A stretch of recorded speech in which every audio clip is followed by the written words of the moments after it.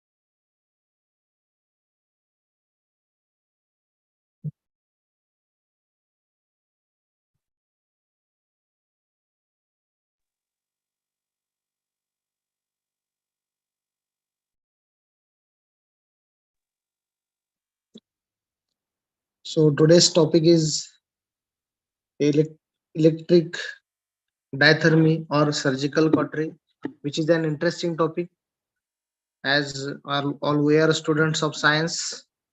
But during our BMS curriculum or also during postgraduate schedule, we are not taught the techniques of electrocautery. So today's topic was specially requested to Dr. Brijendra Singh sir. Dr. Shinde sir will introduce him sooner, but this is an interesting topic. Please keep your questions ready. The surgeon is interested and is desiring the questions from the audience during the session also.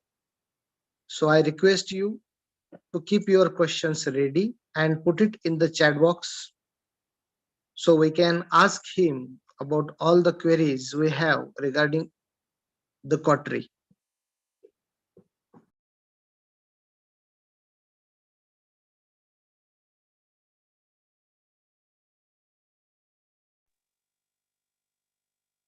Sujit sir.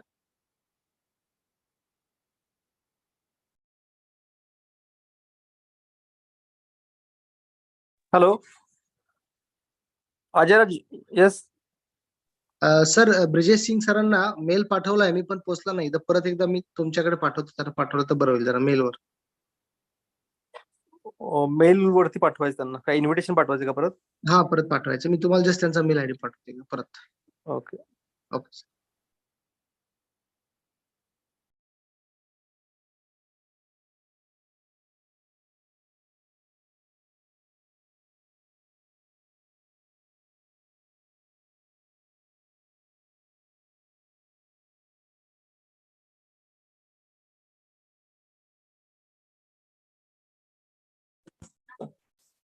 आप phone क्यों लेकर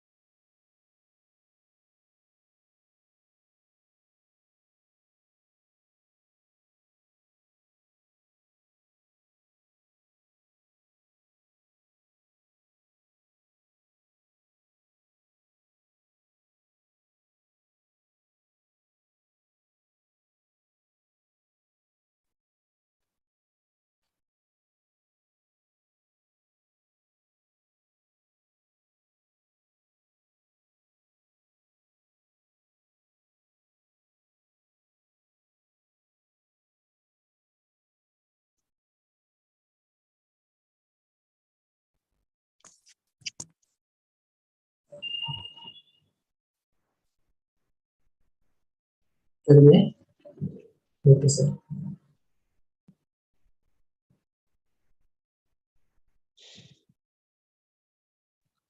सुजित sir, doctor Brij sir join झालेले आहेत. Okay. Let us start the session.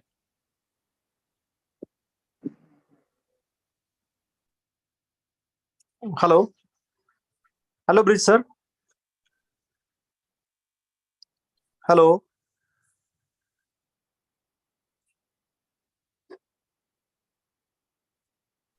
Hello. Hello. Good evening, Bridge sir. Hi, sir. Good evening. Hi, sir. We are waiting for you. Thanks for coming. Yes, yes, yes, sir. Actually, I had a case, so Yeah. delay, Yes, but everything is fine. no problem at all, sir. So most welcome on the NIMA OBGY Society's this webinar, sir. I will just start your introduction immediately. So there is sufficient time for you to talk on this very wonderful topic. Correct, sir. Yeah, sir. This is Brijendra Singh, Dr. Brijendra Singh. He is a robotic laparoscopic laser and general surgeon, founder and head of Bridge Laser and Laparoscopy Center, Mumbai. Have various fellowships, diplomas, and hands-on training from many reputed institutes and educational centers in India and abroad to be uploaded about the recent technical and scientific advancement in the field of minimal access surgeries. Skilled in performing various laparoscopic, laser, and general surgeries, upper and lower GI endoscopy, and minimal invasive proctological procedures. A renowned faculty in the field of minimal access surgeries and has trained several students throughout the country.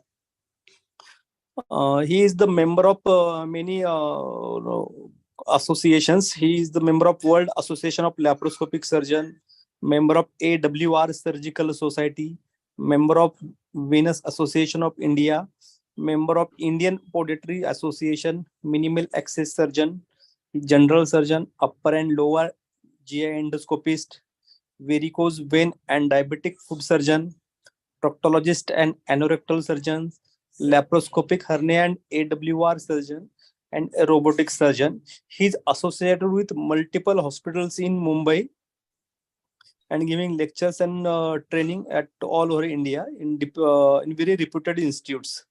So, Brijendra Singh, you can take over now. We are very eager to listen you. Yeah, thank you, sir. Thank you for a kind introduction. I'm very much obliged that you have given us you have given me the opportunity to open this platform. And now I would like to share my PPT.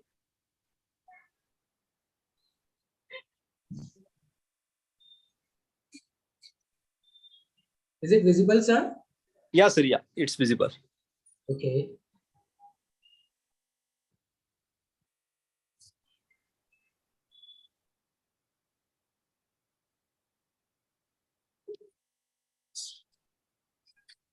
Okay.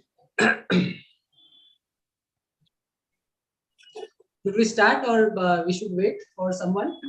No, sir. We can start. It's Okay, already that's great. put. That's good. Okay. Okay, so friends, a very good evening to all of you. And here we are going to discuss all about electrosurgery. Actually, we are using these modalities since years, since we have passed, not only passed, but we enter in the medical college. We are seeing these gadgets, but still, there are some sort of, confusion or some sort of misconception or some sort of, there are, misguidance which we are following throughout our practice. So I thought this would be a great helpful for you all to discuss this topic. So now here I'm presenting you with the fundamental of the electrosurgery. Okay, my name is Dr. Brijendra Singh, a laparoscopic laser and general surgeon, and I practice in Mumbai. Okay, so what is the requirement of any surgeries? Whenever we are doing any kind of surgery, we are more afraid of blood loss because it is a integral part of any surgery, blood loss. But sometimes these blood loss can be so much so that it may lead to a life-threatening condition called as a hypovolemic shock. And that is more of worrisome. So that's why the key requirement of any surgery is to control the blood loss. Okay, so what we are proposing is the surgical procedure has no meaning if there is blood loss and the patient leads to death. So that's why now we are going to discuss about what are the methods which are employed for the, to prevent the blood loss. One is the direct pressure method. Another is the hemostat with the help of the hemostatic, artery forceps. Another is your ligation and the clip and the stapler. Sometimes it is a suture, and most of the time which we are using in laparoscopic surgery or in case of open surgery, that is monopolar, bipolar electrosurgical unit, or it can be ultrasonic like harmonic, or can be laser, argon beam, or etc. Okay, so these are the method. Why we are using this? Because in every surgery, dissection is must. So whenever we are dissecting, definitely we are going to face some sort of the blood loss or bleeding. So we need to prevent that. So what are the modalities for the blood for the dissection? It can be done with the help of some kind of instrument, that is pledget or peanut, or it can be done with the help of sharp dissection, that is with the help of knife or scissor, or it can be with the help of electrosurgery, or what is commonly known as the cautery. There is a difference between the cautery and the electrosurgery, which we are going to discuss in some while. Now, what is the importance of this topic? Mostly, as far as the minimal access surgery is concerned, we are more bound to use electrosurgery. It is a choice of modality which is used worldwide, but the only thing is that it is the most risky way of dissection. Okay, due to the use of energized instruments. So most of the time whenever you are using current inside the body, it just acts as a tubular structure through which in which the current can jump and can give rise to remote injury. There are chances of burns or thermal injury to the adjacent organs. So that's why it's very risky way of the dissection. And to add to this, about 40,000 of burns by the electrical surgical devices has happened every year throughout. If you search on the Google, you'll find that these are the actual numbers which happens every year. See, we are using electrocautery or electrosurgical units since so long, but still, we are facing these kind of challenges. So definitely we need to know about this.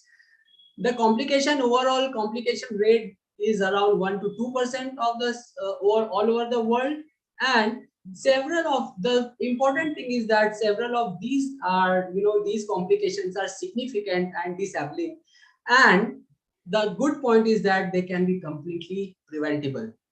So why we are discussing this topic? To reduce the risk and maximize the efficacy of electrosurgery, because this is an integral part of our day-to-day practice. So it has to be safe and effective as well. Now, when we come to the history part of electrosurgery, we know a famous saying or quote by the Hippocrates that heat cures when everything fails. And this is not new quote. Before that also, we are hearing since long, that whenever nothing is, working out, we can use heat for the cure. So heat and fire has been into the practice since long back into the therapy as a treatment. And in our, Acharya Shushruta in 6th century has clearly mentioned it as a Agnikarm, where the heat is used for the therapy or for the hemostasis or for the, prevention of the wound infection, where the piece of the metal was, it was heated with the help of a fire, and it was directly applied to the desired tissue to, achieve the desired effect. Okay, in terms of the hemostasis, maybe in terms of the treatment of the warts or wound infection or anything of that sort, and some cure also, as we know, which is mentioned in our textbook. Later, a special medical instrument called as a cautery was used to cauterize the blood vessel. Now again, you can see this device here. This is the ancient form of device, and we are now using more advanced form of this. So this is called as a surgical diathermy. And normally, what does this use? Instead of using the heat or something, it uses a high frequency electrical current which passes through the tissue and gives us the the desired effect, like it can be cutting, coagulation, or anything else. Then in 1920s, William Bovey, who was a Harvard physicist, in association with Harvey Cushing, who was actually a neurosurgeon, they used this current, high frequency current, for the coagulation and cutting. And the first recorded case of electrosurgical generator in an operation theater was performed on 1st of October 1926 in Peter Ben Brigham Hospital, Boston, Massachusetts, for the removal of the tumor. See, since 1926, this is in the practice. Still, we are facing so much of complication in terms of the burn and the thermal damage, as well as the remote injuries. In 1928, Cushing, that means the neurosurgeon, he first published a series of 500 neurosurgical procedures performed with an electrosurgical device, which was, developed by Bovey. So this is the ancient form of, you can see how it was earlier, and now we are seeing a very compact form of electrosurgical generator.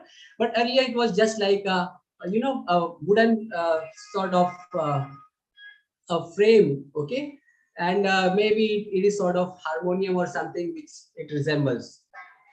So before coming to the actual topic, we should know some of the basics of the electricity, some of the terminology. The first term is current. What is current? Current is nothing but it is the flow of electron. We all of us know that it is a flow of electron, and it is measured in ampere. Okay, ampere is the unit in which it is measured. So flow of electron is called as the current. The second is called as the voltage. Voltage is nothing but force that causes the current to flow, and it is measured in volts. And the third one is called as the power. Power is nothing but it is the rate that the energy is produced, and it is measured in watts. So if you say what is power, power is nothing but it is a multiplication, or it is a combination of voltage associated with the current. So power is nothing but voltage into the current. Okay. And the next thing is resistance or impedance. That is nothing but it is the opposition of the flow of direct current or alternating current. We'll soon know what is a direct current and alternating current. And it is always measured in ohm. So if I want to simplify this, I can give one example. Like suppose you want your child to go to school. Okay. Now your child goes to school. That means he's flowing, okay, to the school. So he has a current. Okay. But most of the time, he may not go to school. He says that, no, I'm sick today, so I cannot go to school. So what happens? Now you will have to be, force him to go to the school. So your force which is applied to your child is called as the voltage. So the force which causes the current to flow is called as the voltage. And then the outcome of this, that means your effort and your child going to the school, that gives you a product, that is the power. So power is nothing but it is the energy which is produced due to the voltage and current, and it is measured in watts. And sometimes, if I want to say resistance, most of the time, you want your child to go to school, but there are, many friends of his or enemy, they do not want him to attend the school. They are jealous of his progress. So definitely they will, resist it. So that is called as a resistance or impedance. I hope this is clear, and this is measured in ohms. Is this clear? Sindhu sir, is it clear? Yeah, Yeah, it's totally yes, clear. sir. Okay. So now we'll talk about the direct current and alternating current. Okay. So what is the difference between the direct current and alternating current? So direct current is nothing but this is the electron which flows only in one direction. Okay, always in one direction it is moving. So this is called as the direct current. And this current is used, in the case of pottery. We'll discuss what is a pottery. But in your mobile battery or any sort of torch or anything where the direct current is used, and this is nothing but the flow of electron only in one direction. You can see here that the electrons are flowing only in one direction. Okay. Then comes the alternating current. Here you can see that, okay, the electrons are flowing in, alternate direction. Sometimes they are going clockwise, sometimes they are going in anti-clockwise, so these clockwise, anti-clockwise or alternate direction of the movement of the electrons, they are called as the alternating current. Flow of electron is called as the current. So they are moving in alternate direction, therefore they are called as alternating current. Okay. And they are measured in cycles per second, or the another unit is called as a hertz. Example, whatever, all the home appliances, your TV, refrigerator, geyser, everything, they are using they are using the alternating current. And the best example of this is electrosurgery. So now see, I have highlighted two things at this point, the cautery and electrosurgery. That means the cautery uses a direct current and the electrosurgery uses the alternating current. I hope this is clear. Okay, so here you can see the movement of electron which are in alternating direction. Now, before going to the, moving on further, we want to learn about the principle of the electrosurgery. What are the electricity in electrosurgery? Okay, so there are three principles. The first one is all the electricity, they always move towards the ground. Always, you see, always, any electricity, it always moves towards the ground. You must have seen this in your home also. There is a one cable which is connected to the earthing. So that means you want electricity to go towards the earth. This is a basic principle. Okay. So all the electricity, they flow towards the ground. So this is the first principle. You should know this because we are going to use these principles when I'm going to explain you about the electrosurgery. So just remember three principles. We are going to repeat this again and again to explain the same thing. Okay.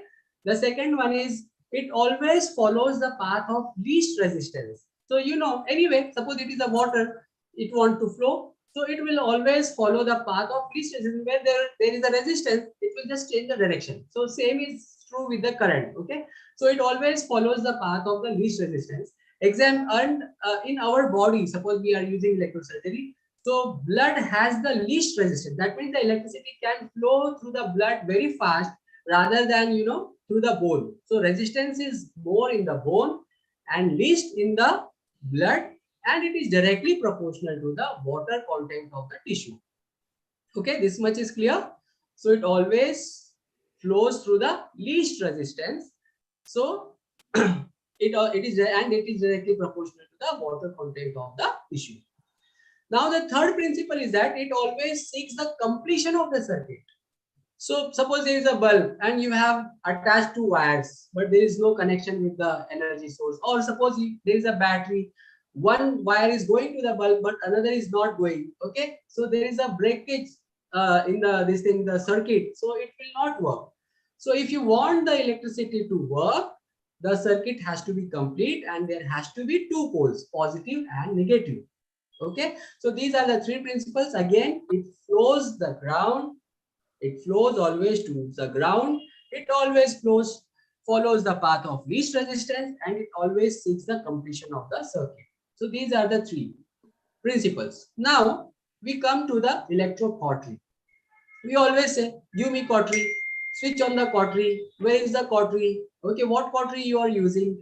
But actually cautery is not the term to be used for the energy source which we are using nowadays.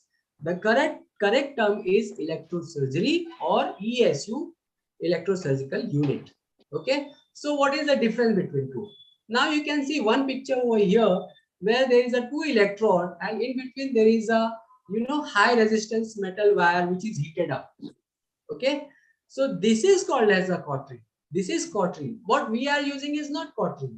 This is the cautery where two electrodes are there, and the direct current flows through this specialized wire which has a resistance, and because of the resistance the heat is generated, and this heat is applied to the tissue to to get the desired effect in terms of hemostasis, or in terms of any other tissue destruction, cutting, coagulation, anything of that sort. So this is called as an electrocautery. And again we'll see this, that it refers to the process in which the direct current is passed through a specialized high resistance metal electrode to generate the heat, and this heat is used on the target organ in order to achieve hemostasis or varying degree of the tissue destruction. Now the best part of this machine or this device is that in this device the current is in between the two electrodes. So here the current does not pass through the tissue, our tissue, okay, which is the the case in electrosurgical units. So here the current does not pass through the that means I am not the part of the circuit, the patient is not the part of the circuit. So this can be used in condition where suppose there are pacemaker in terms of in the body, in terms of complete heart block, or suppose in Parkinson's patient there is something called as a deep brain stimulator which is implanted. These electrical devices which are implanted. So this device does not does not involve the electricity in the body. That's why this source can be used in these kind of the patient who are implanted with the electrical devices. But the thing is that now since year 2000 all the electrocauteries are vanishing from the market, and now whatever we are using since 2000 onward is nothing but it is an electrosurgical unit. And suppose if it is available, it may be in some other form or some other country, like I think China is making some, but nowadays in India at least we are using electrosurgical unit. Okay. Yes. Now we come to the electrosurgery. Okay. Now here, as we have seen in earlier slide, that in electrocautery we are using direct current. But in electrosurgical unit, we are using high frequency alternating current, or high frequency is also called as radio frequency. Okay. So, and also the another principle is that this energy passes through our tissue. Suppose if I am applying the cautery over here, not cautery but electrosurgical unit. So what will happen? The current will pass through my active electrode to the tissue, and there will be a return plate, okay, through which the current again goes back to the generator. So this is how the circuit is completed. The third principle which we have spoken. Okay. So here also we are applying the alternating current, high frequency current, and the current passes through the tissue. And when it is passing through the tissue, there is some sort of impedance or resistance. Okay. And that resistance develops a heat. And this heat which is produced within the cell or within the tissue is used for carrying out the desired effect in terms of hemostasis or in terms of the tissue destruction, whatever cutting, coagulation, which we have earlier spoken. Okay, so what is the difference between the electrocautery and electrosurgery? In electrocautery, there are two electrodes and a high resistance, metallic wire. The current passes between these two electrodes with a higher frequency, a high resistance electrode, and the heat is generated, and that heat is directly applied, just like we used to, heat the metal with the fire and used to apply over the tissue in ancient age. The same principle is there in the electrocautery, but in electrosurgery, the tissue or the patient is the part of the circuit, and the current passes through the tissue, and then there is oscillation of the ions, which I'm going to discuss right now, and that causes the frictional energy, and this frictional energy gives rise to the heat, and this heat is responsible for the coagulation or cutting or any other desired effect. I hope this is clear. Yes. Is it clear, sir? Yeah, sir. Okay, the same thing I have tried to show here, that this is a cell membrane.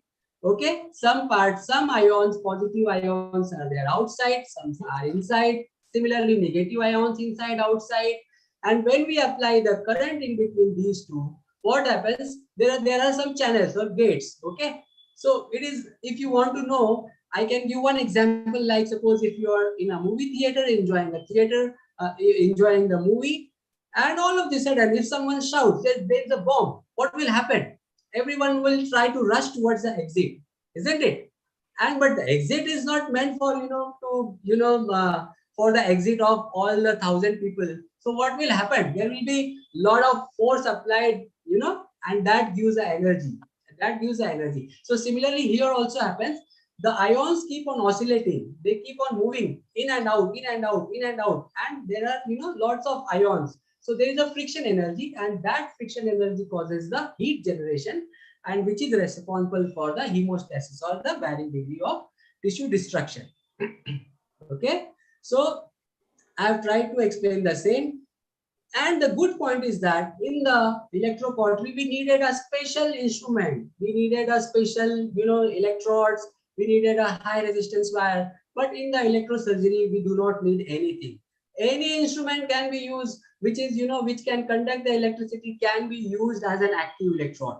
Okay. So here, and the other thing is that in electrocautery, the high resistance metal wire used to,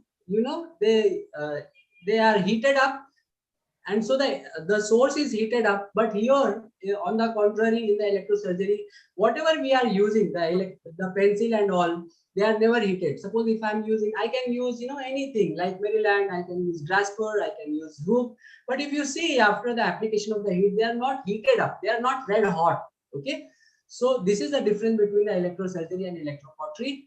And the only problem with this is that because the patient is the part of the circuit, what happens? The current passes through the patient, and the patient who have implanted electrical devices like pacemaker or deep brain stimulator, in those cases it is not safe to use. So we will have to use some alternation to this. This cannot be used in those patients. So what can be used, we will see later. Okay, so this much is clear. Electrocautery and electrosurgery, what is the difference? Yes, sure. Okay. Now, once we'll summarize this again, how the electrosurgery works. So alternating current is applied to the cell, continuously switches of the polarity, positive to negative. So there are, lot of ionic movement, and that movement causes that is called as the intracellular oscillation. And this generates the frictional forces, and which is responsible for the increase in the cell temperature. And this cell temperature, which is increased or heated up, is used in that results in the vaporization or desiccation. These are the terminologies. We'll see soon what is the meaning of vaporization, or desiccation, or coagulation or fulguration. These are the different terminologies. They are not the same, and they cannot be they cannot be used interchangeably, but they have the specific meaning. So which we'll see later. Now, what are the components of the electrosurgery? So we have seen this. Again, it is just a revision that all the electrosurgical unit is composed of, first one is the generator, The second one is the active electrode, which we are using in the terms of, pencil, or it can be anything like a hook or anything. And then there is a patient, which is a part of the circuit, and then the circuit is completed via the patient plate, or it is also called as a return electrode, or more specifically it is called as a dispersive electrode. Dispersive electrode is, that is the the proper terminology, scientific terminology which is used, but in normal terms we say patient plate. Okay, so again it is nothing but it is the circuit between the generator, the current passes through the generator to active electrode to the patient and to the dispersive electrode and back to the generator. So this is how the circuit is completed. Okay, so what this now we'll talk about the components. So first one is ESU, or electrosurgical unit. Now the question is, what does it do? I mean, we have the electricity at our home. Okay, we can directly, just like fan or geyser or anything, we can just devise one thing, and this is connected to the socket, and we can use this. Why we need to spend lakhs of rupees in electrosurgical unit? What is the use of this? So for that, we will have to understand another basic principle of the electricity in terms of the effect on the tissue. Now see, our whole home appliances or the electricity, it is given a frequency of 60 hertz. It is always, mostly it is throughout the world, it is 60 hertz. It is not more than that. What does happen in the 60 hertz? 60 hertz, our muscles and neurons, the nerves, they get stimulated. And because they get stimulated, we get a jerk or shock, or this is also called as electrocution.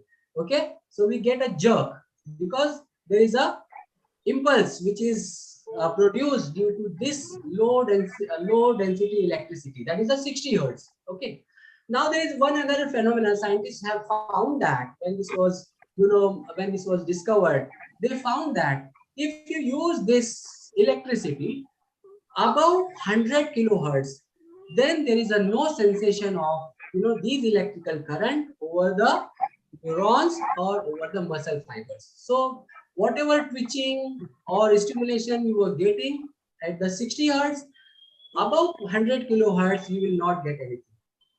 Okay, so that's why if you want this current to be used, it has to be in a frequency of more than 100 kilohertz, so that when you are operating, your patient will not keep on jerking, because patient is under anesthesia and you are using low frequency current. Most of the time, there are vendors who will sell you these low quality ESUs where the frequency is kept at the lower side, and that's why the price is reduced. But when you're operating, you'll notice, I have noticed this in my some of the cases, because I'm a freelancing surgeon. So I have seen that even after the anesthesia, the muscle it keeps on giving a twitch type of this thing. That means the ESU which is used is not of good quality. Okay, so it has to be always more than 100 kilohertz. Otherwise, there will be a lot of twitching, and after the surgery, the patient recovery will not be as good.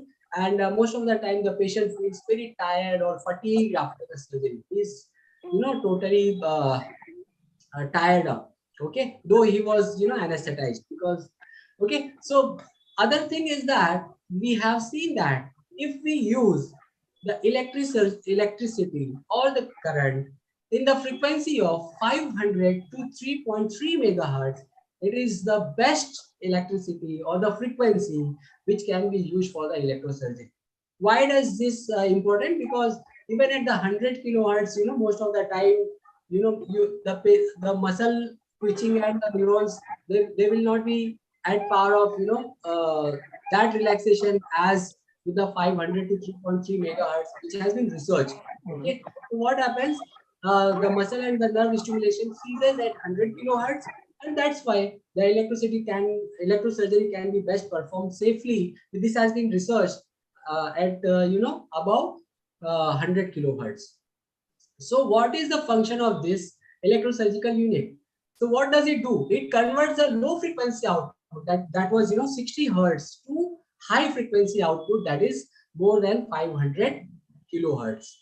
Okay, and the second thing is it does some sort of adjustment in terms of the wattage and voltage, and actually it is what means wattage means your voltage into the current. So mostly voltage is responsible for the force is responsible for your varying tissue effect of the electric surgery electrosurgical unit.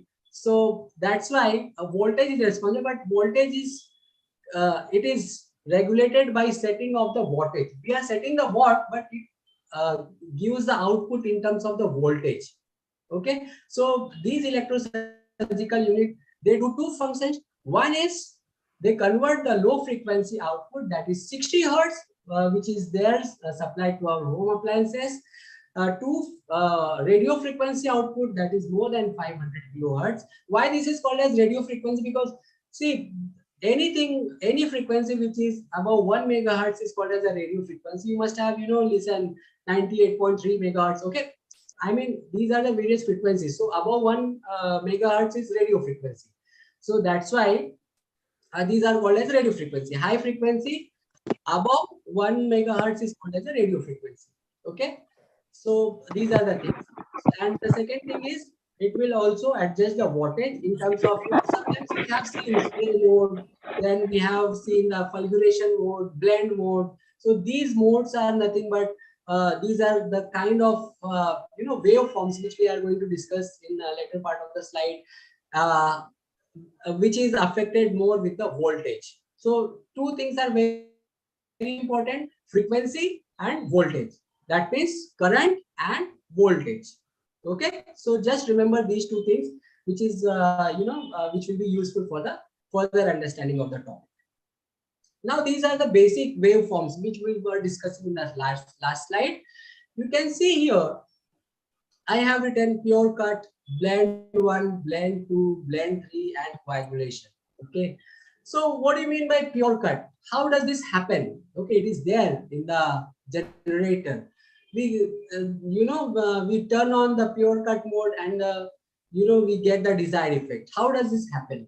So there are some properties of these waveforms, or this is also called as a duty current. Okay, duty means frequency. So if we see this here, frequency within a particular time. Okay, so now if we see this here, the first graph which you can see here, it has a high frequency. But if you see the intensity, the voltage is low. So whenever we are setting the machine on pure cut mode, that means it has the high frequency but the low voltage. Now, how it is significant? So what happens, suppose this is a cell and the electricity is passing through this cell, continuously. If it is a high frequency, what will happen? Before the cell, first we are talking in terms of heat, because heat is responsible for everything. Now what happens if the frequency is very much high, that before the heat is developed, there is a high rise in the pressure inside the cell because of the oscillation or high frequency of these ions, and the cell will burst open before the temperature rises. Okay, so here if you see my first photograph above this thing, you can see that there is a sharp cut. But if you see, there is a very thin demarcation of white line which denotes the heat. So heat is very minimum and the cutting is sharp when the frequency is high and voltage is low. Because voltage is low, the heat generation is low. So there is a less collateral thermal damage and the cutting is very sharp. Okay. Okay, do you understand this concept, what I'm saying, or I can explain in another terms? Sindhu sir? Yeah. No, sir, it's very nice. Okay, okay. Then we come to the coagulation, where exactly opposite. The frequency is low. That means the current is passing at a slower, rate, but the voltage is high. Now you will say, why voltage is high? See, we have set the machine, suppose, on a 40 watt. So 40 is constant. Now what can vary? Either the frequency, that is I, or current, or voltage. So in the earlier, when we were talking about the pure cut, frequency was high. So if you want to match this 40, definitely voltage will be low. Okay, because this is a product of voltage and current. Okay, so here in pure cut, frequency was high, but the voltage was low. On the contrary, when we are using coagulation current, what happens? Frequency is low, but to achieve the same voltage will be high. Do you understand this concept? V and I. Okay, so if the voltage is constant, so what will vary? Either voltage will vary or current will vary. Okay, it is just like, suppose I want 15, so 15 can be 3 multiplied by 5 or 5 multiplied by 3. Okay, so either this is 5 and this is 3, or this is 3 and this is 5. Okay, but the product will be 15. Sindhu sir, am I clear? Yeah, sir, you are clear, absolutely clear. Okay, this is quite critical, you know, to explain the thing, but I am trying my best No, to keep it but you are explaining it a proper way, so it is very easy to understand for newcomer also. Okay, thank you, sir. So now, so this is the difference between the pure cut and coagulation. So here you can see when the voltage is high, the heat generated is more. So there will be lot of thermal spread. So here in the above picture, you can see that there is no cutting, but the heat is more. So what happens at this temperature, the cell has a cytoplasm. So at this temperature, all the cytoplasm and water content, they get evaporated, and there is a shrinkage of the cell. So that's how you attain the hemostasis. So when we are using coagulation current, temperature is high. Because of that, all the water, it is, you know, evaporated slowly, and then the cell membrane and the entire cell gets shrink, and there is a hemostasis. Then you will ask me, sir, but we are using coagulation current for the cutting also, because most of the time I have seen many surgeons, if they want to cut any tissue, they will always press the blue button.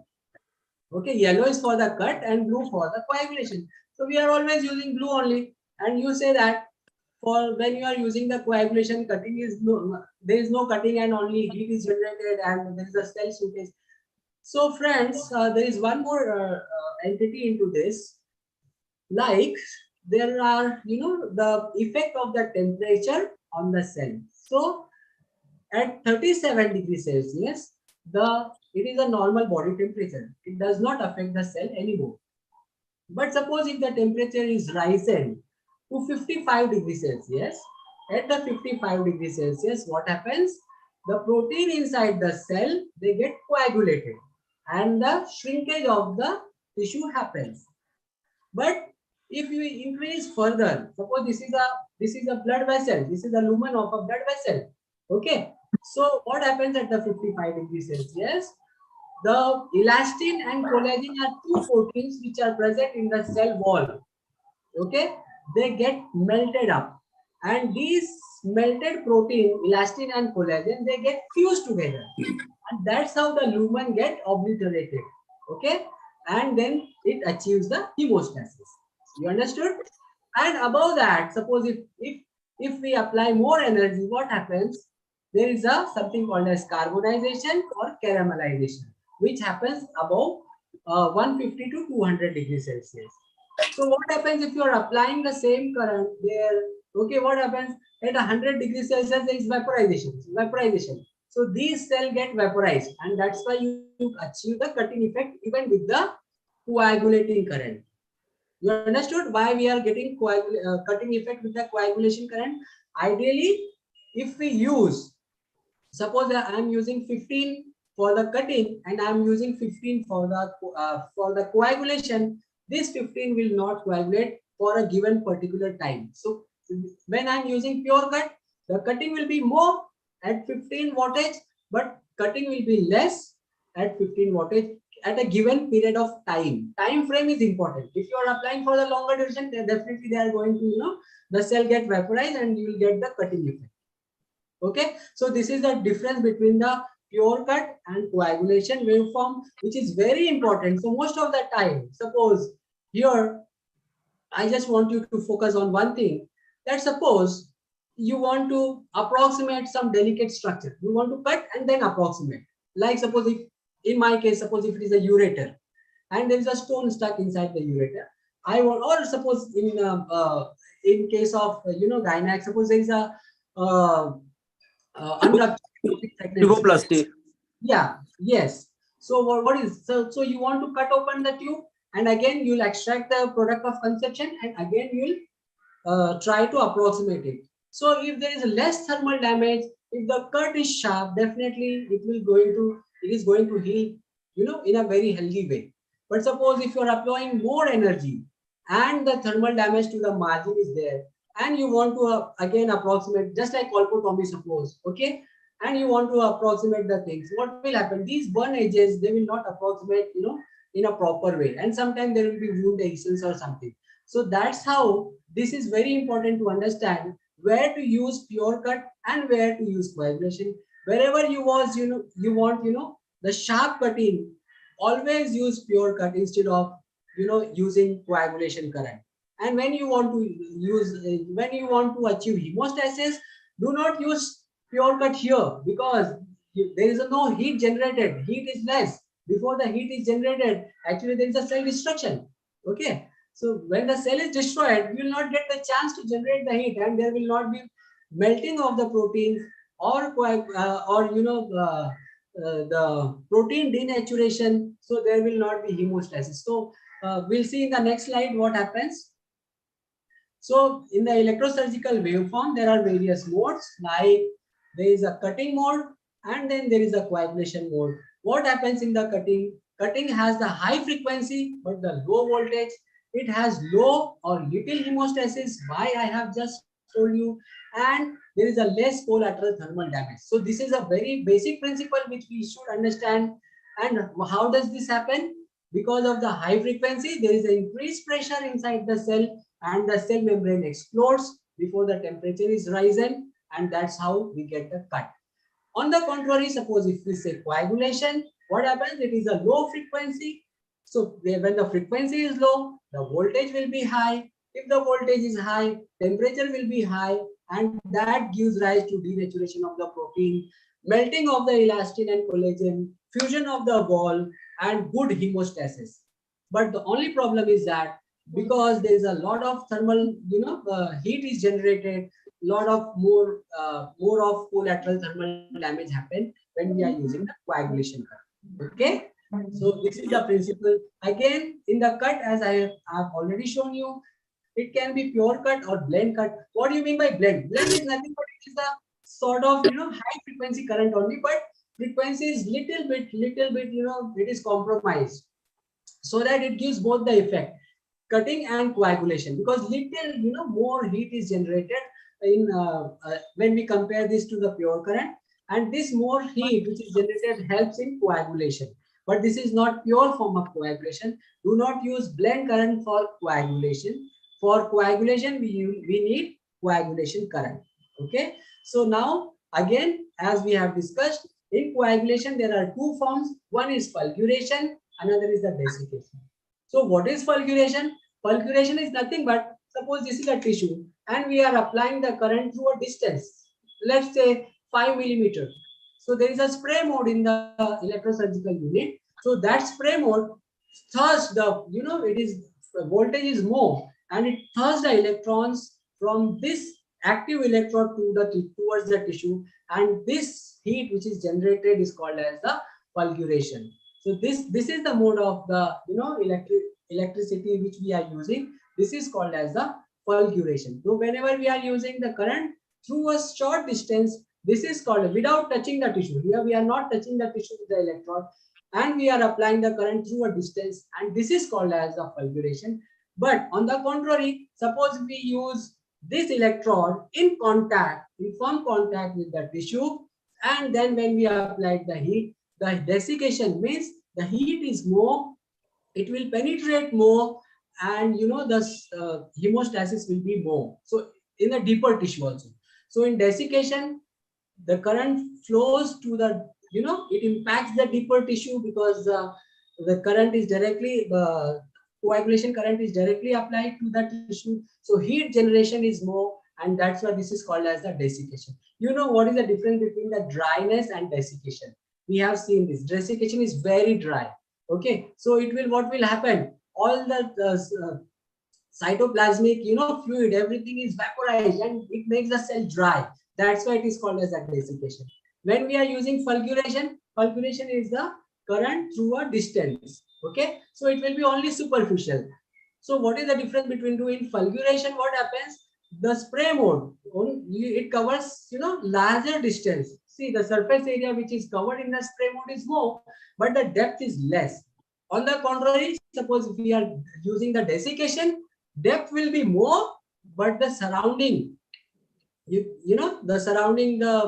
effect of the tissue, the heat over the tissue will be less. So this is the difference between the fulguration and desiccation. Okay. So now where we can use this practically? Now we have seen this in case of salpingostomy for unruptured ectopic pregnancy, or for the pyeloplasty or tuboplasty, which we have seen, or recanalization whenever we are doing the recanalization of the tubes after TL, or ureteric lithotomy, bowel perforation for the anastomosis.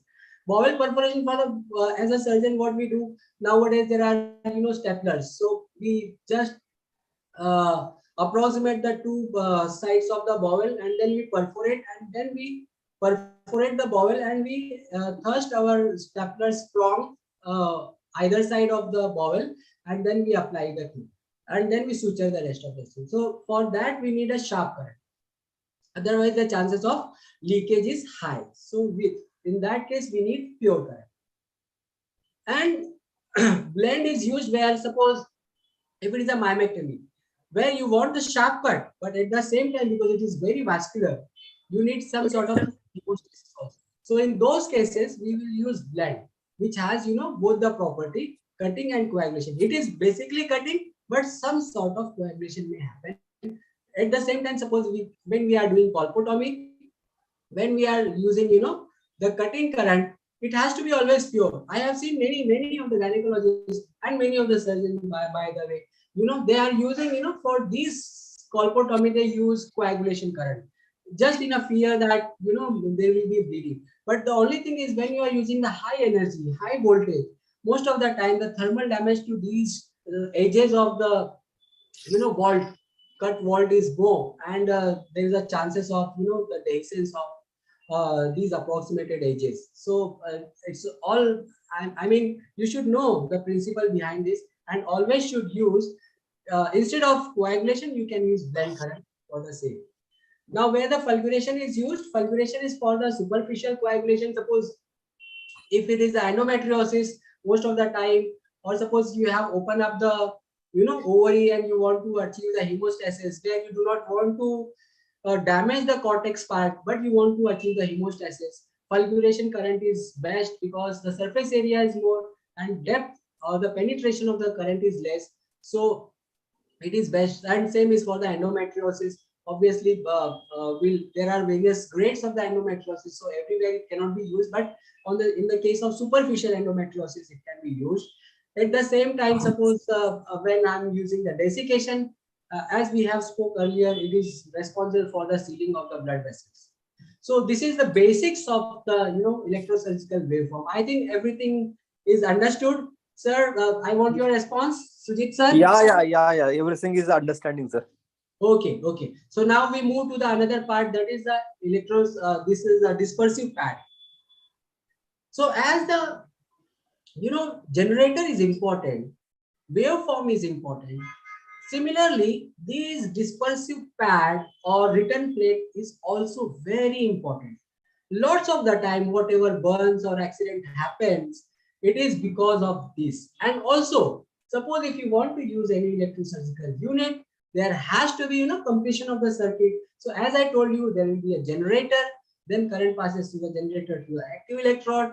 Through the active electrode, it passes to the patient, and from the patient, I need this current back to the electrode, okay, to complete the circuit. So this happens via the patient plate.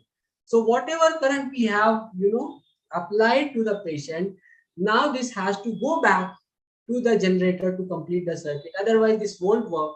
So for that, electro pads are or return pads or dispersive pads are very important. Okay, so this is the use of this, and it facilitates the current to return back to the generator. But the only thing is that if you are not using a good quality of these pads, or suppose they are not functioning well, what will happen? Suppose you have applied 100 watts of the current, but your pad is getting only it has a surface area which can take only instead of 100 it can take only 50. So what happens to other 50? Other 50 will try to find out the other way. Suppose if there is a leakage of the current or there is alternative pathway. As I told you, the second principle of the electrosurgery is it follows the least resistance. Okay, so wherever it finds the least resistance, it will flow to that direction. Suppose if any patient is wearing some sort of metal, okay, and it is in contact with the earthing somehow, or any other metals, metallic jewelry or something, anything which can conduct the electricity. So the current passes through that, and there is a thermal damage or the heat damage which happens. So this is very important, to use a proper kind of dispersive pad which has a good surface area, so that it can accommodate all the current which has entered to the patient body. All the current which is in the patient body can be accommodated on the plate, and it drives all the current back to the generator. So this is how this is very important. But we have seen many a times, even actually I could not put one of my slide where just last week or last week I had a case where a patient was operated for LSES, and she got a patient side burn, patient plate side burn. Okay, why does this happen?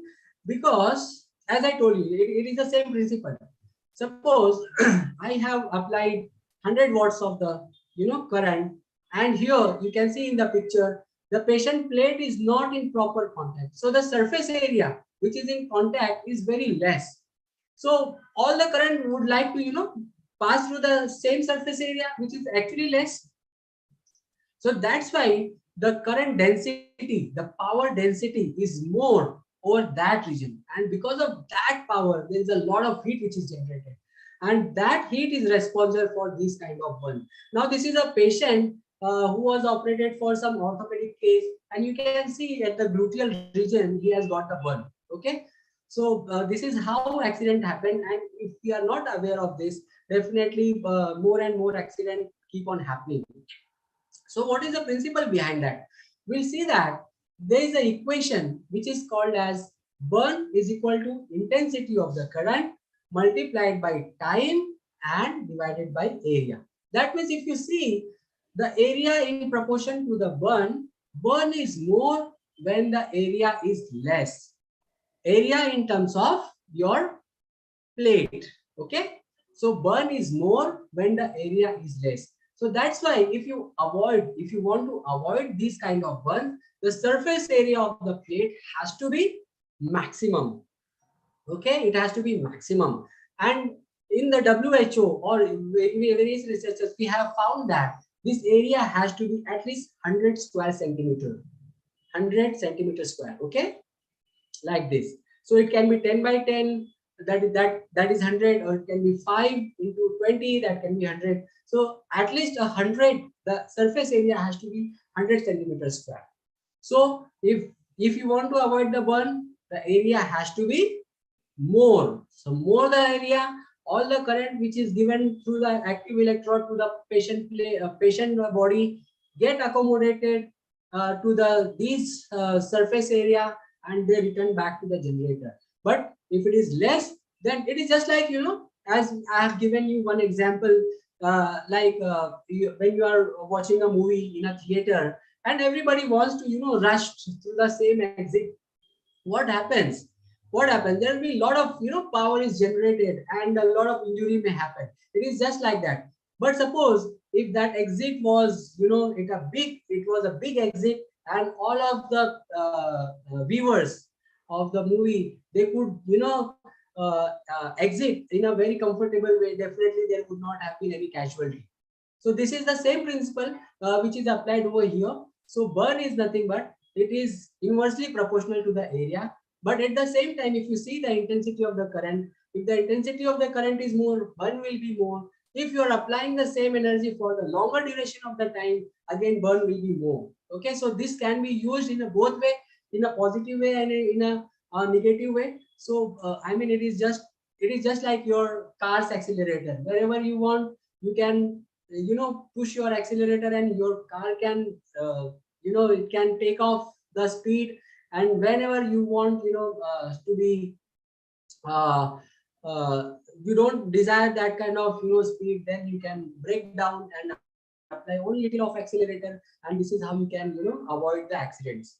So here at this point I would like to tell that always see that where you are applying the cautery pad, this your electrode or patient plate, and in which position it is there. Always prefer the position which is closer to your incision site. Suppose if you are operating for a hernia, or you are doing LSCS, then obviously gluteal is the nearest. If you are applying, I mean, when I'm doing thyroid, mostly I will prefer some muscular part which is near the my dissection area. So when the dissection, when I'm applying, when I'm keeping this distance short, your active electrode and passive electrode, when they are at a nearer distance, definitely the injury is going to be lesser. At the same time, the surface area has to be at least 100 centimeters square. And also the another principle of the current is that it has to, it flows the least resistance pathway. So wherever there is a good chunk of muscle, because muscle has a blood vessels and the blood flows through it, so it can pass the things very easily, and very less impedance or resistance is produced at that site, so the chances of burn is minimized. You should always avoid the direct contact with any bony prominences, because as I have told you that bones are bad conductor, they are with a high resistance, and as we have seen in a previous case that when it is it touches the bony prominences, resistance is high, and that's why the heat which is produced is more, and there is the chances of burn. Okay, so always avoid the bony prominences. I have seen many patients, many surgeons, they keep it over the hand, where these tibia and ulna, they are very much superficial, and there is less chunk of the muscle. Okay, so there are chances of burn. And it has to be regular. It has to be, the plate has to be in a regular contact. It should not be like uneven, because again when the plate is placed uneven, definitely the part which is in connection with the plate has low surface area, and this will give rise to burn, and the area of the less vascularity. Now these are very commonly tackled problem. So now we have the recent models of ESUs, where there is something called as a REM, which is the electrode return monitoring system. So wherever there is, suppose whenever you switch on your cautery machine, your electrosurgical unit, what happens? It will sense whether the cautery plate is applied properly or not, or whether the impedance is good or not, or good or bad. Okay, and accordingly, if it is unsafe, definitely it will give alarm, and that's how we can prevent the plate side burn. Is this okay? Yes. Yeah. Okay. So now what are the variables which are affecting the electrosurgical effects? So as I told you, it is the contact time. If the time is more, definitely burn will be more. Okay. If the second is the power setting of the generator, if you are using more power, definitely the burn will be more. And then the type of electrode which is used, like I'll discuss this. And then the generator mode and the waveform, that is cutting or coagulation, whatever you are using. Then manipulation of the electrode, whether you are stretching the with the help of electrode, whether you are stretching or you are relaxing, that kind of maneuver, that is also responsible for cutting and coagulation effect. Then the tissue impedance, as I have told you, distance of active electrode to the return electrode. If the distance is more, the current travel is more, the energy which is required is more, and then the chances of burn and effect. And the last but not the least is the SCF formation. So we'll see everything one by one. The first one is the contact time. So as we have seen that the thermal changes increases in a linear fashion with the time. So longer the electrosurgical current is applied, the more potential for the thermal spread. Okay. So this is the only thing. Too long activation time will produce the wider and the deeper tissue impact. So time is very important. Like suppose if you are using a monopolar current or any sort of current on a tissue, if you are applying for a longer duration, what will happen? A lot of energy is you are thirsting in. Okay. And when you are thirsting in a lot of current, what will happen? A lot of heat will generate. And that gives rise to the burn or undesired effect. That is in terms of collateral thermal damage. So always the contact has to be for the lesser duration. Okay. So like, just like, if you want to, just like when you are painting on a wall, if you want to cover the the deeper portion, you will apply it very slowly. But suppose you just want to give a fine touching, then you'll be just like superficial. So this is what I mean by the contact time and the speed of the movement. Okay, speed of the movement, only superficial, like this. Okay, so this is the same principle which can be used in terms of when we are using the electrosurgical unit. The second is the power setting of the generator. We have known this, that the impedance affect the power setting. Like now, see, you can see the two pictures. One lady is very fat and obese, and the another is, you can say it is a well built. So whenever there is a more tissue, more fat is more, that means impedance is more. Impedance is more, that means resistance is more. If you want the same desire of the cutting or coagulation in a fat patient, you will have to use the higher energy. Whereas suppose if it is a well-built, very well-built with the muscle and the bony prominences and the water content, everything is in a proportion, definitely for the same desired effect, you will use very less power. So this is the importance of, the impedance. The second thing is, whatever, electrode we are using. Suppose if it is a pinpointed electrode, what will happen? When it is a pinpointed, you will need less of energy for the cutting. But suppose if you want coagulation, you want more. If you want more heat to be generated because you want to coagulate, definitely your electrode surface area has to be more, so that the more current is there in between the electrode and you get the desired effect. So if you want cutting, the electrode has to be sharp, and if you want to coagulate, the electrode surface area has to be broad. Okay. Similarly, if I use 15 watts of the current with the thin electrode, it will give the sharp cutting. But suppose 15 I want for the coagulation, it will not be sufficient. For that I need more. So it depends on the size and the pattern of the electrode also, along with the power setting. So caution is what? Here we have to take the caution that use the lowest possible setting to achieve the desired effect. Now in your machine, how will you know what is the lowest possible? So if you want to know for your machine, you can do one thing. You can take a soap, bathing soap, okay, and place it over the electrode, your return plate, and then with the help of your pencil or any of the electrode, you try to cut it. You suppose if you are using 15 watt, try to cut, it is not cutting. Okay, increase, try to cut, and again increase, try to cut. Whenever you get the the desired effect over the soap, that means that is the optimum power which has to be set for your machine. So it is not less, not more. If you are using more, thermal damage is more, chances of injuries are more. If you are using less, definitely it is not going to give you the desired effect. So this is how you will use the optimal effect. Now, what are the benefit of the lower settings? We have seen this, that if you are using high power, burn will be more. If there is a you are using low current, the thermal damage will be less and arcing will be less. So patient recovery is best at the lower setting. And if you are using the less power, the charring of the tissues are less. Tissues are not burnt out, like I have said, carbonization or caramelization, which happens at 150 to 200 degrees Celsius. So if you are using for the less duration, less voltage, what will happen? There will not be carbonization, and the patient recovery will be, at the par. It will be best. So the only thing which I want to say is that lower is the better. So just remember this mantra, that lower is the better. It should not be too low and it should not be too high. It has to be optimum. Now the same thing which I have discussed, the effect of the temperature on the cell.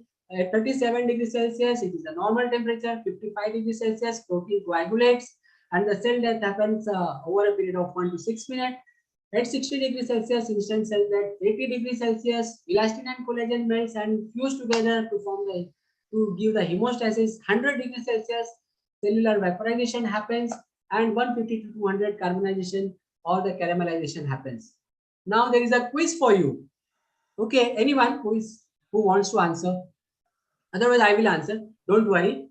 So, what is the best way to prevent burning or charring of the tissue? We have discussed everything. Now everything is over.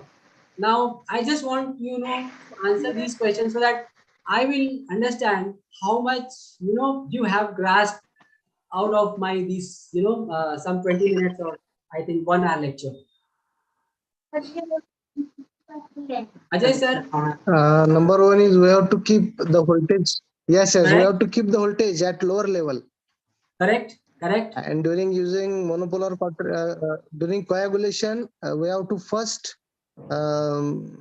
touch the thing which you hold, just like artery or anything, and then to on the switch. And during cut, we have to first on the switch and then to apply it at the desired tissue. Actually, sir, I think there is some misconception. Never ever. Okay. Yeah. Press your button before you touch to the tissue.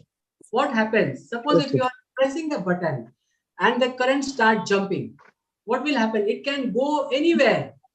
Suppose in the ureter, the urine is flowing, which has a salt, which is a good conductor of electricity. What will happen? There will be a remote injury.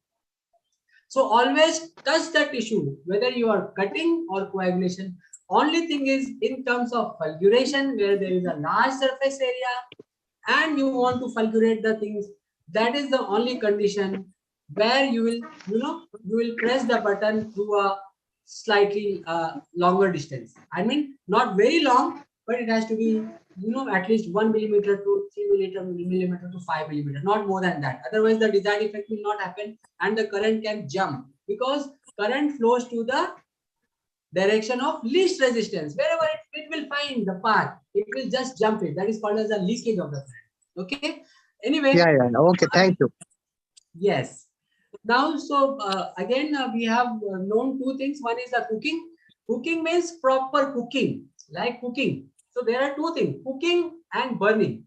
Wife cooks or burns. Okay. Sorry if I'm sorry for the wife word. Okay. So anybody, okay, either he or she can cook or it can burn. If you're cooking a rice, what will happen? At a particular temperature, it will give the maximum effect and it will be cooked properly. I mean, it is eatable. But suppose if you apply the heat for the longer duration, what will happen? Everything will be burned. So the principle is that whenever you are using any kind of temperature which is less than 100 degrees Celsius, definitely it is going to cook and it is not going to burn or char the thing. Okay. So there are 2 things you should know, that cooking is nothing but it is temperature which is kept less than 100 degrees Celsius. Burning means the temperature which is more than 100 degrees Celsius. Okay. Burn means blackening, charring. Okay. So you have to use the energy judiciously. That's why we use less wattage, as you said, Ajay Raj sir, that we will use less intensity of the current and we use less time. Like suppose if you are holding any tissue, so it should not be like you are holding with the grasper or you are applying your pottery and keep on for a prolonged duration. The damage will be more. So if you want to prevent it, what will happen? So it has to be either 1 to 3 seconds, not more than that. So it will give you the desired effect. If you keep on pressing the paddle when you are holding the tissue, what will happen? The temperature will be more than 100 degrees Celsius, and there will be charring instead of cooking. So charring is also very bad. Sooner we'll come to that part also. Then there is a moisture. Moisture is very important. What is the role of moisture? Just like I gave one example of cooking of rice. What happens? Suppose if you are cooking the rice, and now you want to switch off your gas, but you are not sure whether it is cooked properly or not. So you will pick one of the rice particle, and you'll try to press it and find whether the softening has happened or not. Suppose the softening has not happened. What is the option? Now there is no more water left in the vessel, and even the rice is not it is not cooked properly. What will happen? What can be done alternatively? You can pour some of the water. I mean, this is a usual practice. I do not cook, but I know how it is done. So you pour some of the water, and then again you will ignite or whatever your burner. Okay. So what will happen? As long as water is there, that means the temperature is below 100. At the temperature of 100 degrees Celsius, water start vaporizing. Okay. So as long as the tissue is moist when you are cutting, when you are applying the current, that means what happens?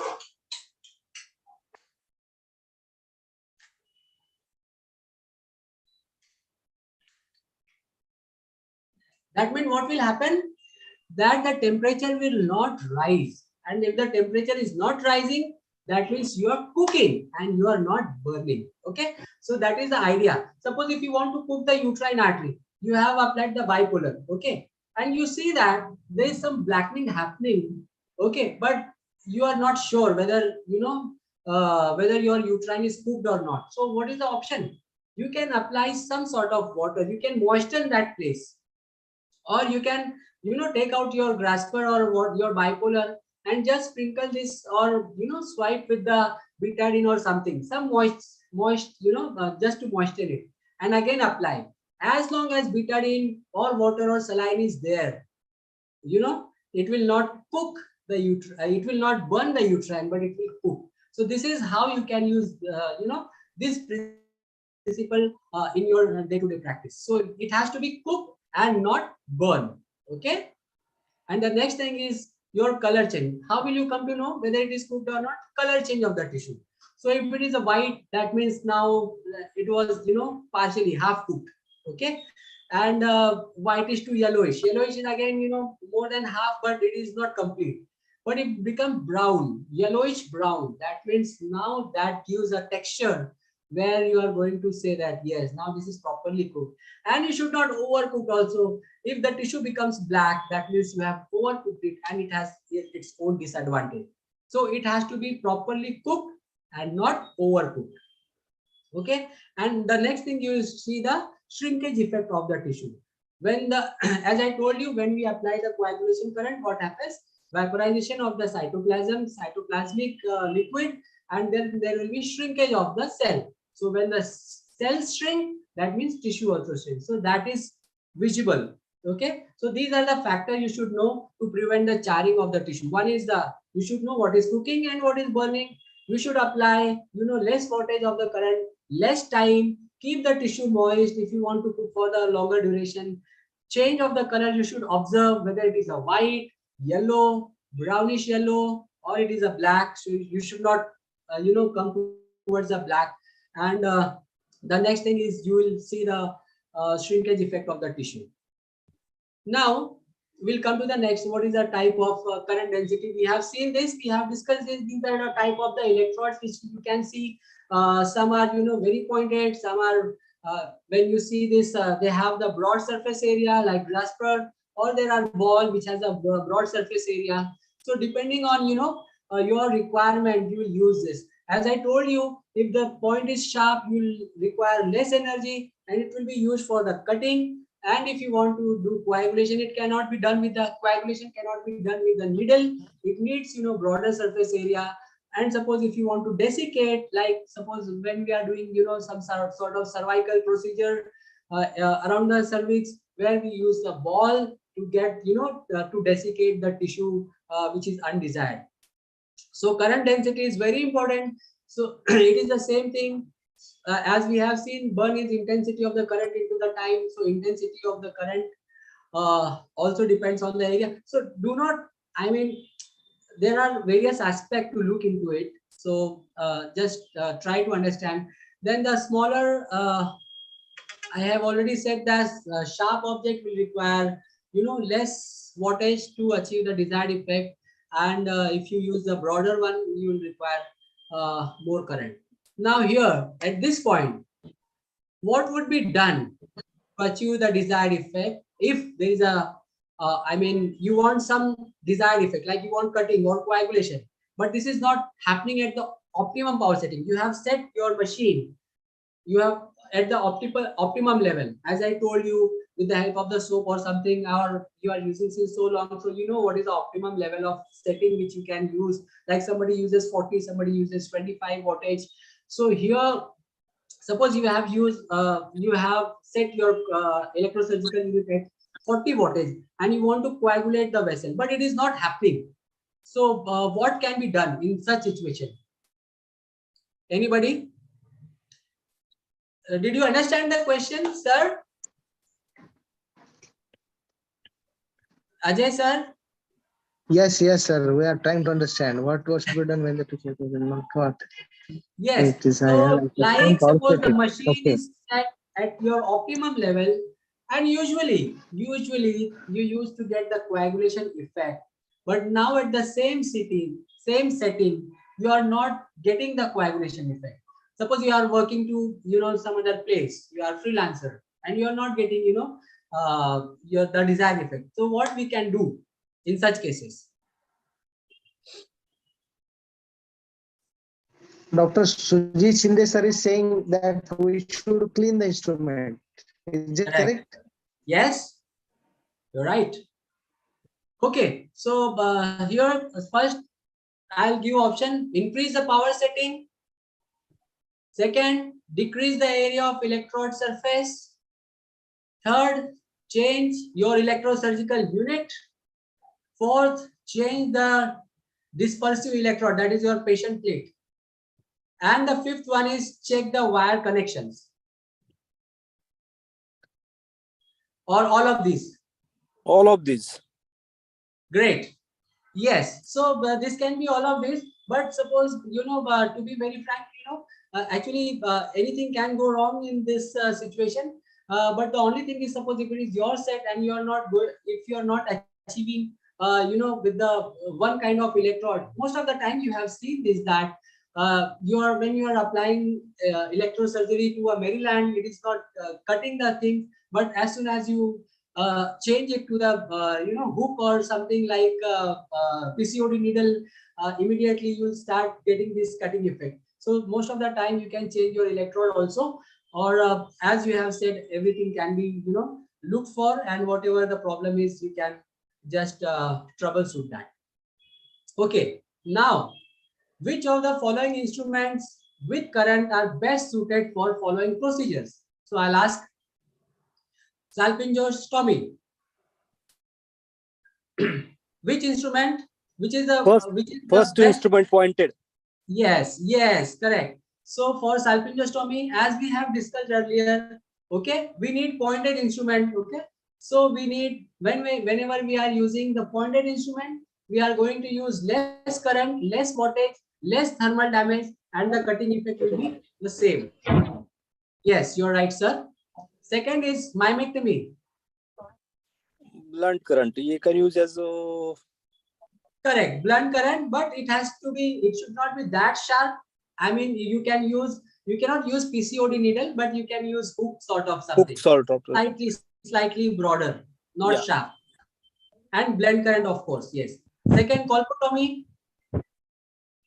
Same blunt current. Same. Yes. Same. Third is fulguration. See, fulguration is a spray mode. You can it's not going to contact the tissue. Correct. So fulguration we are doing through the distance. So it needs broader surface area so that more and more current can be pushed in the. So you can see the spatula over here. So this is the best suited instrument for the fulguration. And the sealing effect of the upright vessel, of course, it needs a broad jaw, because Broad now jaw. sealing effect, you want more of the Pressure and this compression plus sealing. Yeah. correct, sir, correct. Very nice, sir. So now again we have we have discussed this slide, generator and all. Now, how does manipulation affect? So we know one principle, sir, that whenever there is a we want to cut anything, the tissue has to be stretched at the maximum level. So cutting is better. Whenever we want to achieve the coagulation, the tissue has to be relaxed. When the tissue is relaxed, cooking is better. When you're stretching, before cooking, the tissue will get separated. It will tear apart. Okay, so that is what I mean by the manipulation. So for the cutting effect, stretch the tissue. Narrow tip electrode has to be used without or with the direct contact with the tissue. And for the coagulation effect, you have to relax the tissue. Broad tip electrode has to be used and squeeze the vessel, as you said, sir. Okay, together. Yeah, sir. So that all the water content and anything, they get separated and the coagulation happens. As long as there is a water content or blood in the vessel, it will not get cooked properly. So when you are compressing it, you are actually removing the water content so that the desiccation can happen. Okay. Now, impedance, as we have discussed earlier. So wherever there is a impedance means resistance. So wherever there is a more water content, the flow of the electricity will be easier. And whenever there is a less water content, the flow of electricity will be less. That means resistance will be more. So as we have seen that blood has the least resistance and the bone has the most resistance. It is the resistance. Now another thing is that eschar formation. As you can see, sir, here, whenever there is a eschar formation, eschar is nothing. It is the whenever we are using the high voltage current or for the longer duration, instead of coagulation, or the tissue get charred out, and this char is a very bad conductor of the electricity. So suppose there is a charring on your electrode, and now when you are trying to cut or coagulate anything, you are applying the electrode, but it is not happening. You are not getting the desired effect. Okay, you are not getting the desired effect. So what will happen? So you will apply more and more energy to get that desired effect. Okay, and in that process, definitely, a lot of thermal damage can happen. So best thing is you just remove the eschar or the these carbonized particles from the tip of the electrode, and then apply the energy, and you will get the same kind of desired effect again. Now there is one more question. Suppose you have coagulated the vessel, but still there is a bleeding. You have coagulated the uterine artery, you saw everything, but there is a bleeding again. So what can go wrong here? Okay, so it is the same thing which we have discussed earlier. Dr. Brijendra Singh, sir, please mute everyone. Properly, and on the other hand, you have done overcooking. So what happens when you are overcooked?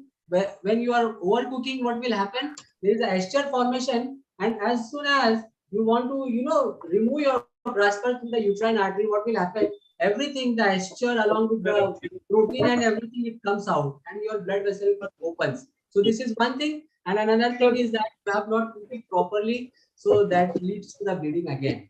It was just a superficial cooking, and that leads to the bleeding. Now we'll come to the next part, that is called the monopolar and the bipolar. So these are the basic two modalities we are using day and day out. So what is the difference between the monopolar and bipolar?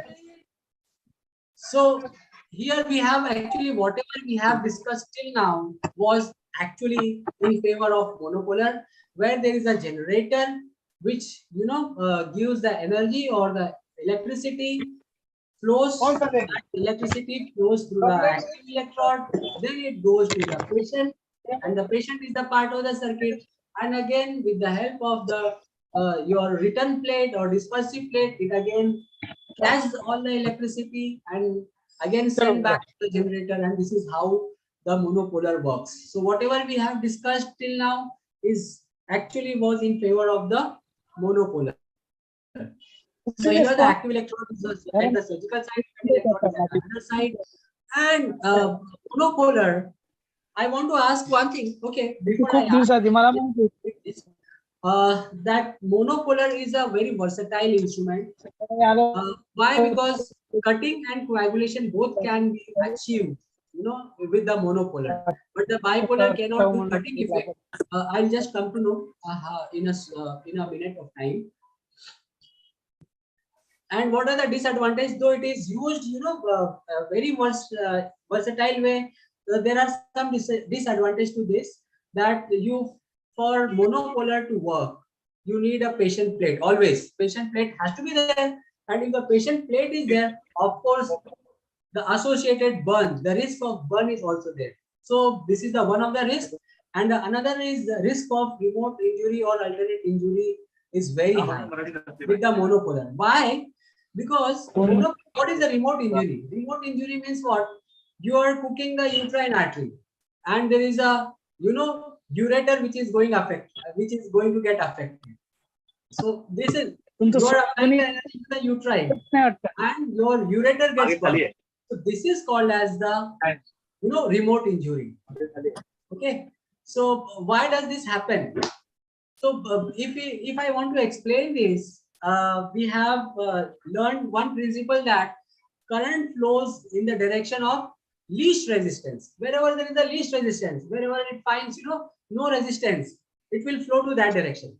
So whenever you are applying the current for a longer duration and the patient electrode plate is not it is not applied properly, or there is some a problem with your electrosurgical unit, the current which is applied to a particular place will move towards the wherever it gets the chance to flow, like uterine, like your ureter. So ureter has all the sodium and chloride and everything, okay, which is good conductor of electricity. So if you are applying the energy for the longer duration, some of the energy may jump to the ureter and it will flow through that. And when there is a peristalsis of the ureter, sometimes there is a you can see this movement where there will be narrowing of the ureter and then expansion, narrowing, expansion, narrowing, expansion. So whenever it is in a narrow phase, the area is less, and we have seen that birth is inversely proportional to area. So once the area is less and current is flowing through this less area, obviously it is going to generate a high resistance, and this heat which is developed due to the resistance is going to give the ill effect of this current. Okay, so this is how you get the remote injury when you are using the bipolar. So it is said that the monopolar is like restless, unfaithful bachelor.